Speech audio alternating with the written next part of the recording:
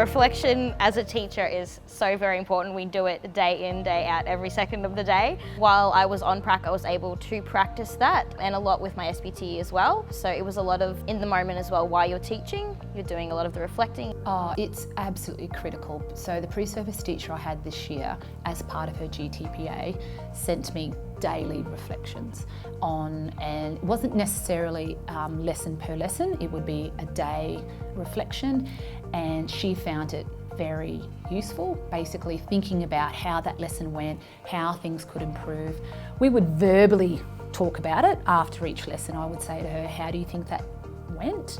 And she would be able to say, well, I think this and this went well, but I need to work on that. It solidifies for me how things went and how things could be improved.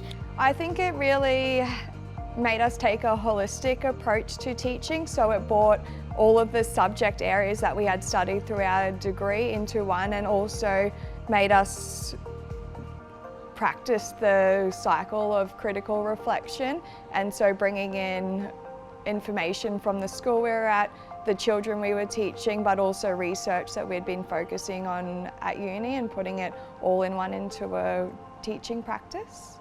That was really good to have my prac teacher there with me during that GTPA performance, because I was able to sit down with him and be like, okay, well, I looked at this and we did it together, but it didn't work. What would you suggest I could do next time? And then that was another reflective practice, going to my other colleagues and asking them how they would teach it and getting those different perspectives, and then enacting it and seeing how that works, and then going and getting feedback again and going again, and just that constant cycle of reflection.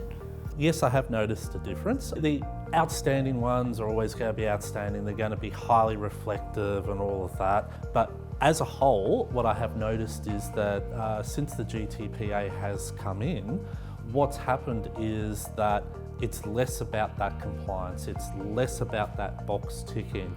Like really that was what their reflection was, whereas what the GTPA is using, and I hate to use the word forcing, but it is almost forcing them to bring everything together as a whole.